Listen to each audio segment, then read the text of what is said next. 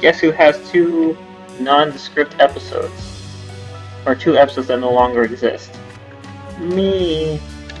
And that's because of a bunch of stupid things that I said accidentally without meaning to. Like real names and shit. Sorry about that. Anyway, nothing really important happened in the one time I actually visited a dungeon during those 2 episodes that you're never gonna see. Just I beat the boss, I finished the quest, yay, and now I'm back doing it again. Anyway, the little guy is back. This little dude. That's, I call him a pothead. Like, it's not at all clever. There's these guys, these dudes that sell you pots, and they wear pots on their heads. And every time I'm talking about them, because I forget what their name is, I think one's named Dungeon, I keep calling them potheads. Like, I stop myself in the middle of it. But I don't know why. It's not a bad thing to say, really, and it's not like they're gonna get upset that I keep calling them potheads. I mean, come on, they're video game characters. But I decided to get over it. Anyway, I think I already talked about him. He's my creature. Yeah. Anyway, he's back now because I leveled up off screen and I got on screen and I got a box because I'm doing the level up challenge as I mentioned before. And I got a box that includes some creature food. And creature food you use to maintain the loyalty of your creature. Duh. So now it's back and it's helping me, I assume. I don't know what it's doing. Ow.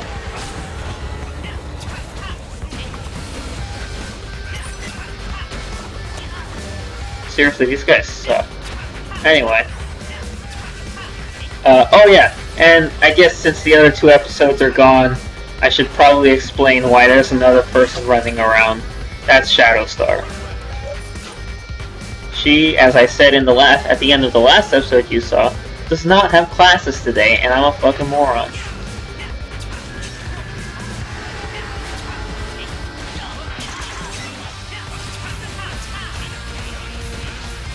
Anyway, she is currently a soul bender, which is one of the 4 classes that a Slayer can class into.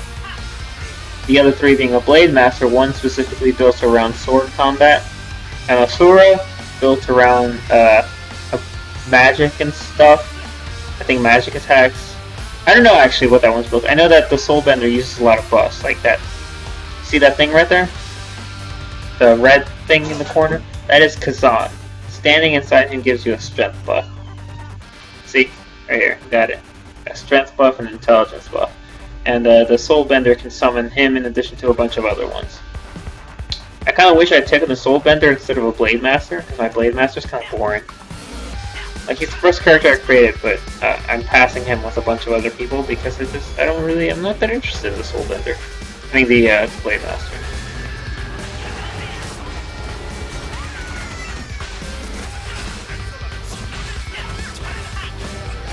Either way, oh shit.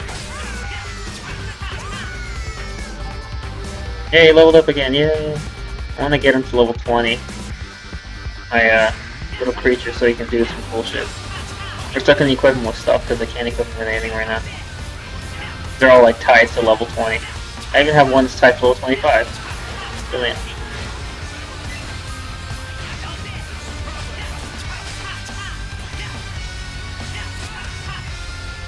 Where's the stupid guy? There he is. Not getting away.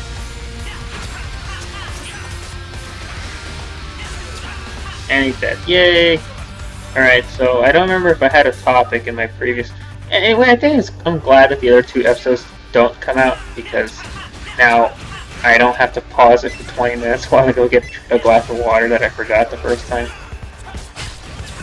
So I have it here so I don't die of a dry throat or whatever. I don't know. I'm just glad that I have my water. Yay! Alright. I went the wrong way. Like, I mean... when you play this game, you can choose to play every single dungeon in a way that you visit all the rooms. You know, there's nothing wrong with that. I just don't want it, because I've already done it like 3 times. So with my latest 2 characters, I kind of avoid it. But I went the wrong way. Like the red skull, or the red icon, that's where the boss room, obviously, you probably know that already. And I headed the completely wrong way, because I was not paying attention. We'd already covered how much of an idiot I am, so we don't have to talk about that anymore. Just enjoy this awesome game. Because it is. Alright, so I don't know what else I can talk about that I haven't hit on. Honestly, this episode is just a... I wasn't even intending to do this. I'm just doing it now because Versilius is here. Shadowstar, so, you know, why not? Stop getting hit. Yeah, come on, charge, so I can hit you from behind. Yay, dead.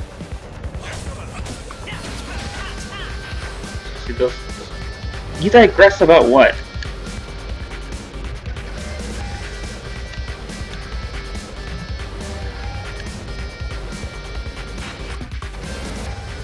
Okay, are we at the boss chamber almost? Almost. Oh, I'm jumping. It's totally effective.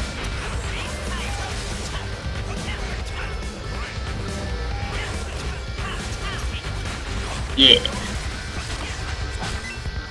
On the bright side, while I was, because I stopped to eat and watch the Blacklist, and while I was doing that, I noticed that, what was it? The Game Grumps are playing Punch-Out again. The Punch-Out Wii. And for those who are aware of the Game Grumps, that's one of their best series. Danny was playing the Wii Punch-Out game, and he beat the initial mode. He unlocked Title Defense mode, but he didn't do it because it's really hard. He wants to like train up off screen before they got back to it. So I guess he's done training and now they're on to it. So I'm really excited. Hoping for the best. I don't know a lot about that Title Defense thing. I don't know a lot about Punch. I know all this because that's what they said. But I'm excited to see it. I like it when Danny plays anything, honestly. He doesn't play as often as I would like him to. A lot of it is just Aaron playing. And there's a lot of problems with Aaron playing, as I'm pretty sure a lot of people can say. Can attest to. But that aside, I'm just still excited. Game Growth is fun. Ah, shit.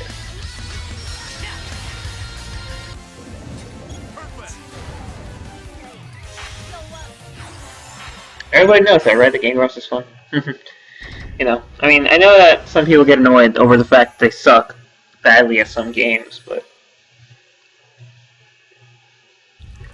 Hell, the last, like, 10 episodes of the Super Mario 64 playthrough have been doing me in pretty well, so...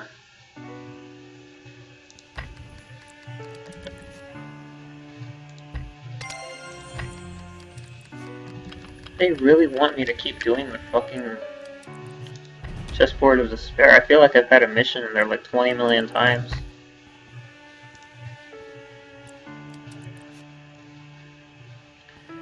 I'm not gonna do it though, because I want to do the, what's it called,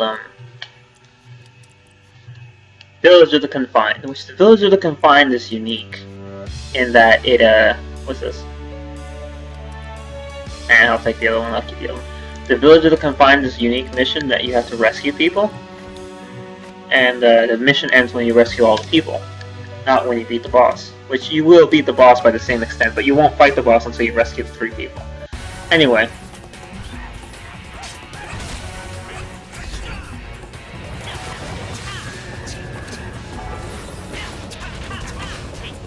So you see the map up there, there's like 3 little prison icons.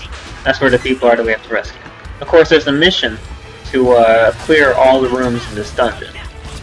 So, you should put off rescuing all the people until you do that shit. Which is what I'm doing now. I like this place more than any of the other places that I have access to right now. Not really that interested. And this is the last place here. After a few more levels, I'll unlock Castaway with my male mage. Which is good, because that means he's almost level 31. I forget what the timeline is for, what's the word, I think it's the entire second beta period that I need to do in order to level this guy up. It's a pretty long time. Like, if you actually start I'm pretty sure you can make it to 70. People have already made it to 70, and the game, you know, it just came out, so it's not too hard to believe that you can make it to 70 in a short time frame. I've never done it. It's just like, I have a friend from school, high school, who plays this game too, and like after not being in touch for a bit, I checked out his profile, and while my characters are like 20, 20, and 20 or whatever, his was like in the 40s because he only focused on that one character. And I just have to say that that's ridiculous. Holy shit, what's going on?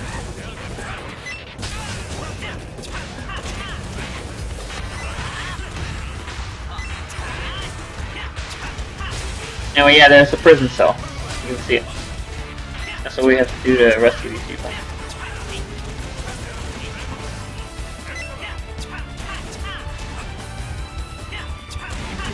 Mouse just doing walking around die.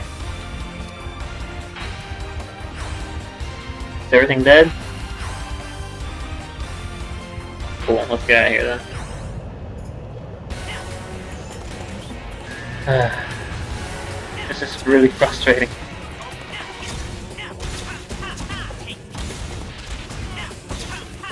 My fatigue is doing very well too, but so I don't have to worry about that.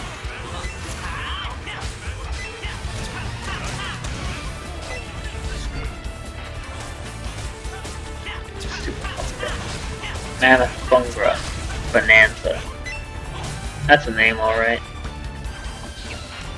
Oh, I'm confused. Stupid plants, they just randomly confusing me.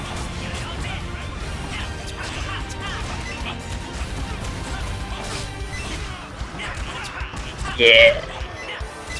Alright, so I mean, I don't have the best commentary right now simply because I ran out of topics, kind of burned through all of them a little too quick. But, you know, what you gonna do? Like, I'm still really, I had some plans to play, Xenoblade Chronicles again, you know, since I'm at a new location I have no data, so this will be the third time out of the, that I've started the game from scratch. But I love the game so much that I honestly don't care that I have to start completely over. I'm totally fine with that. I've already beaten it 3 times, the 4th time will be nothing. It's something that I'm looking forward to. It's just like, there's a lot of people, like the Miiverse page for Xenoblade Chronicles 3D just opened up, like a while back when the game came out, and like I dropped by there just to give in tips, and people were like, oh, you think you're the best? Like, no, but most of the people who play Xenoblade 3D have never played it before. I've played it 3 times. I may not be the best, but I'm pretty sure I know more than they do. And it's just, I just want to help because there's a bunch of things in the game that, oh my god, are just like super frustrating. And it's not like telling people like an answer to this, this, or this, because there's nothing super confusing. It's just that there's some frustrating things. Like, in Xenoblade Chronicles, there are collectibles that you can pick up. They're just like little sparks on the map. And there are some that are extremely difficult to get because they're so rare. They only appear like in 2 locations and only at certain times. So, if you just play the game like I did the first time, where you just pick up collectibles willy-nilly, you probably won't get enough to mark them in your book and use them to complete all the quests that require them. Like, seriously. The ones specifically are called Rainbow Slug, Ice Cabbage, Fossil Monkey, and Black Liver Bean. Those are some of the collectibles that gave me the hardest time to find. And seriously, finding a Black Liver Bean is like, it's like finishing a game type of celebration. Like, it's ridiculous how difficult those things are to find. They really shouldn't be, but they are, and it really pisses me off. Like, seriously. I still enjoy the game, like every single aspect of the game, but that is pretty tough. Pretty rough.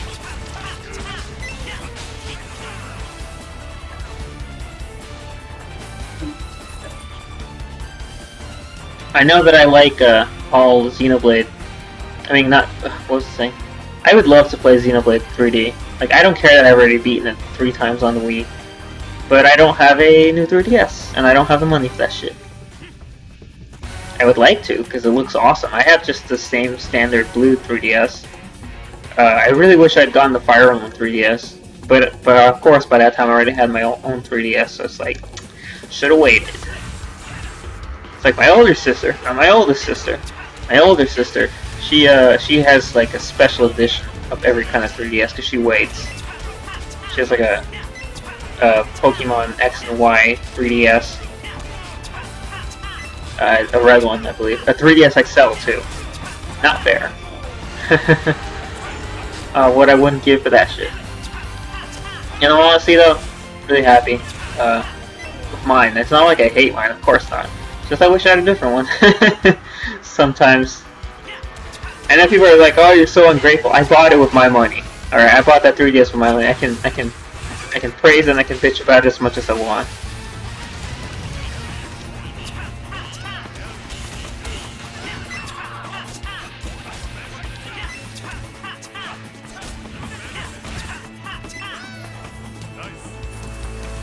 There was one topic that I had on mind before. Let me check how long I've been playing first. Only 16 minutes, okay, that's cool. There was one topic that I had before that I kind of covered briefly, and I don't think anyone heard it.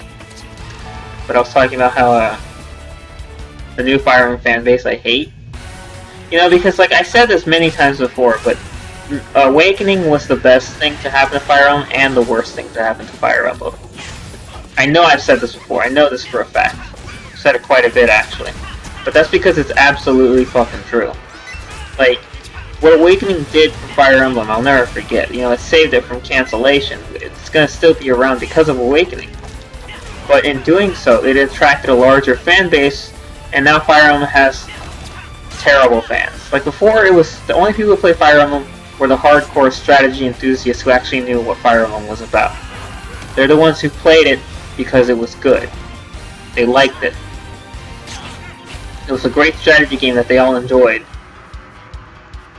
What I'm left with is that, you know, so the fan base was mostly really good because of that. Now it's made up of people who don't understand jack shit about Fire Emblem. Like seriously, go to any thread about what's it called? What's going on? Computer looks all twitchy. But like seriously, go to any thread that's about the new Fire Emblem on the 3DS. Fire Emblem. It's called If. I don't want to call it that because that's not what's going to be called for us. But the new Fire Emblem game, or at least I don't think that's what it's going to be called for us. If it does end up being called that, alright, I was wrong. But I don't think it's going to be called that. Anyway, Fire Emblem If has like, it came out, and any board where they talk about it is full of idiots for like, oh, who am I gonna waifu? Who are you gonna waifu? Who do you want to marry? Blah, blah, blah, blah, this, that, the other. Blah, blah, blah. It's like, that's not what Fire Emblem's about, you fucking idiots. Stop talking about it like it's about getting married to fictional characters. That's never been the point of Fire Emblem. Anyone who actually knows the game series will know that that's a fact. And that's not what it's about. Has there been marriage in almost every Fire Emblem? Sure. But the Awakening version of it was a unique case only in 2 games. I seriously hope that that system is not in Fire Emblem, the new one, when it comes out. If for nothing, just to hear people get depressed that it's not there, because it'll just point out that they're the fans, they're not the real fans of Fire Emblem. They're idiots. Strong words, but I mean every bit of it. Fucking morons.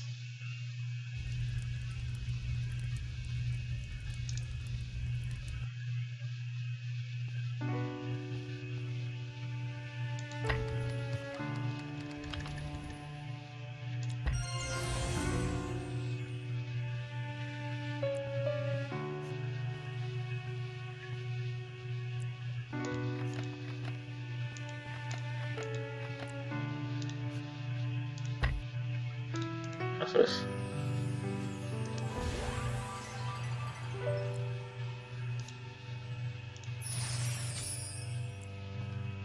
Prison Break, I like that.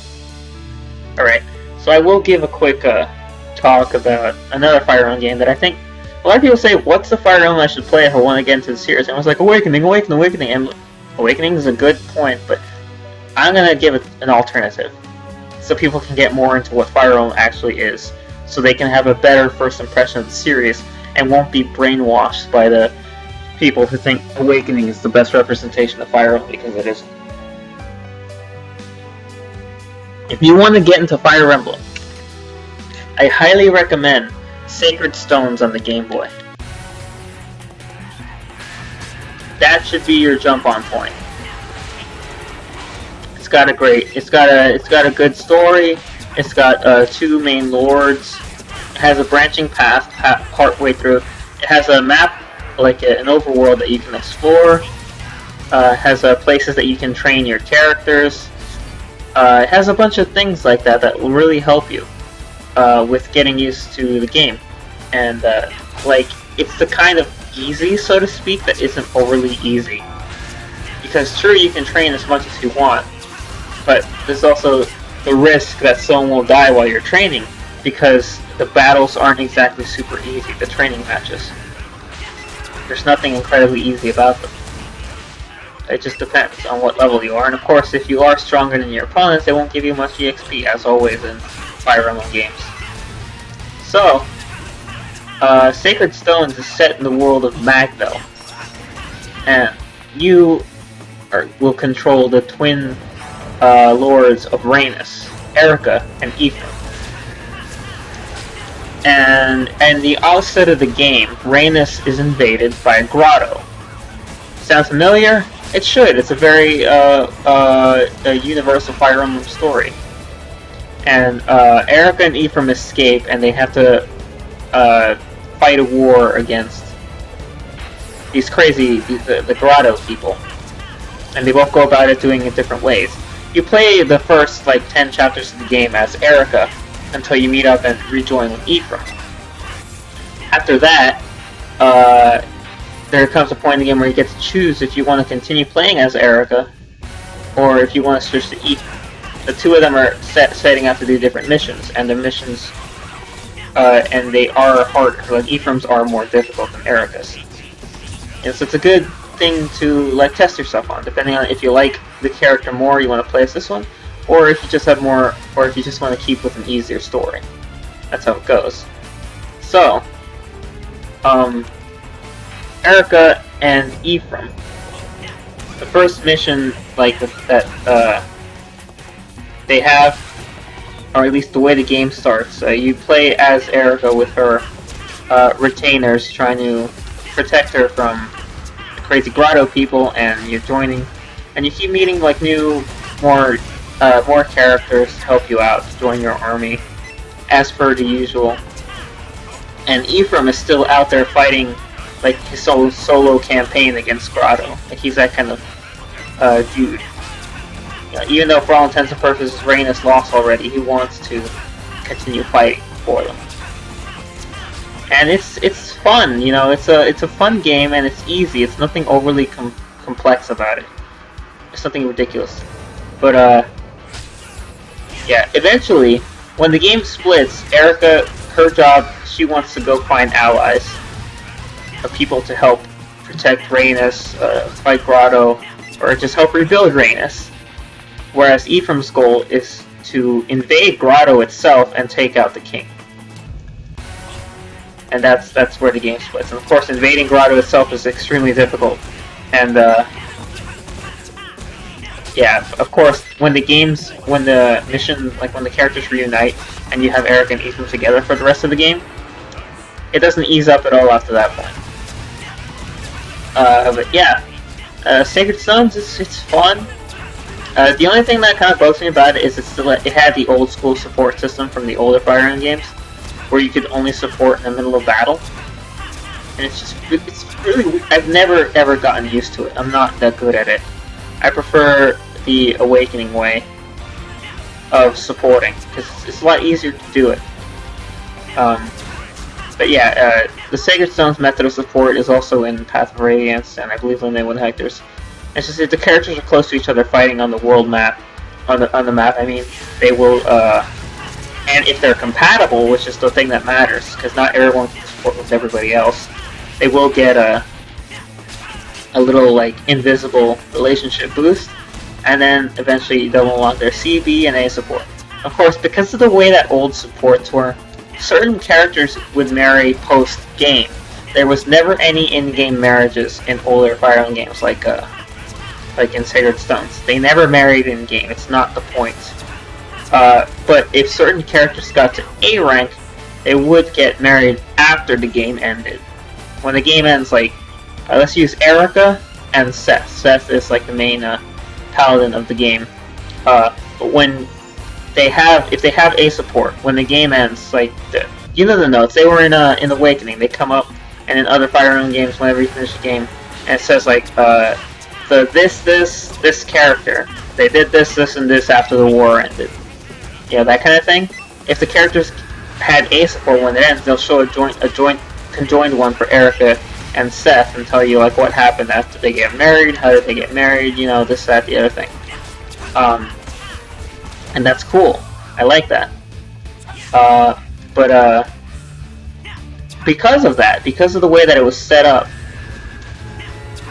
and the fact that a character would get married at an A rank, the game could not allow you to have multiple A ranks, because that wouldn't make any sense. There's no polygamy in the Fire Emblem universe, so don't even try it, alright? So because of that, every character is only equipped with 5 supports. So you can only support with a character 5 times. So in Erica's case, she can only have either 5 C supports, 4 C supports and a B support, whatever combination of 5. So because of that, it makes it very hard to fill out a support log in the older games, since you're limited to only going by 5 per character. It is very difficult, I'll acknowledge that. And I never did. I never filled out any of those old school support logs, because they're super tough. But that is how it goes, that's how it works.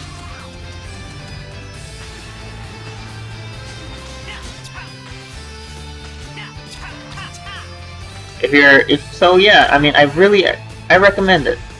Sacred Stones, it's simple.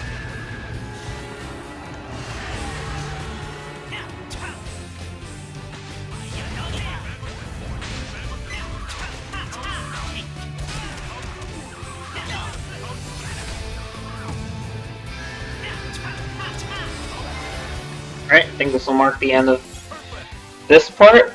I actually found something to talk about briefly. Oh, and let me quickly say, the guy who just showed up, Gabriel, he pops up randomly. Like, sometimes when you finish missions, he just shows up, and you can buy shit from him. I believe I talked about how difficult it is to class up the second time in this game. You need these cube fragments, and he sells at least 2 variations whenever his store opens up. No matter how expensive they are, it's in your best interest to buy all of them. You know, it's better to have a lot of them now than get down the line and have none later. Seriously.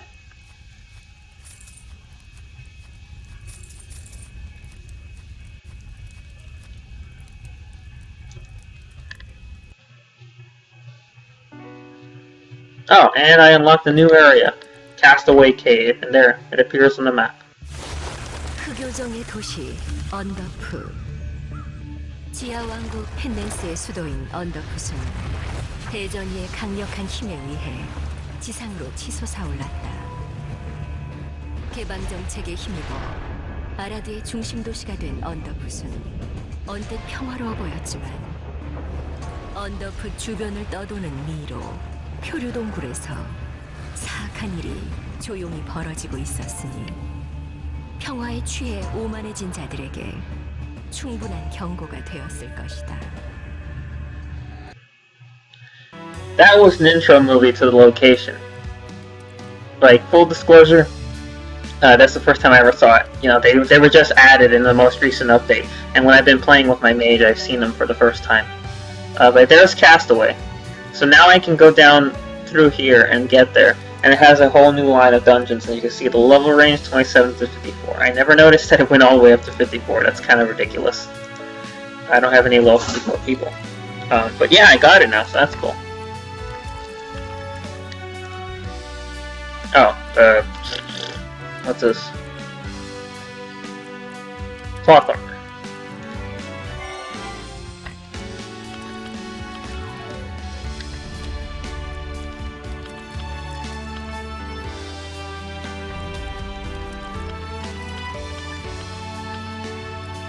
And now I'm getting missions to go to Castaway and do shit over there that I don't want to do.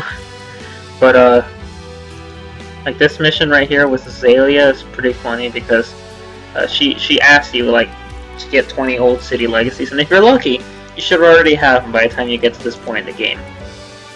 Because you can pick them up randomly in any dungeon in Meltdown. So you probably should have picked up 20. I only got 18. Luckily, I still have some missions in Castaway. I mean, Meltdown, so I'll still be here for a bit. So I'll probably pick up those last 2 later. Yeah. Anyway. So that's really it for this part. I don't have much else to say. It's fun though, and as you can see, that was 2 people playing. It gets even better with more. Which the only time I ever played with 4 is with 2 more random people, because we never had 4 people who actually play this game in the family. Anyway. For real, that's it. Episode 4 done, and I'll see you all next time. With more Let's DFO. Yay! Hasta.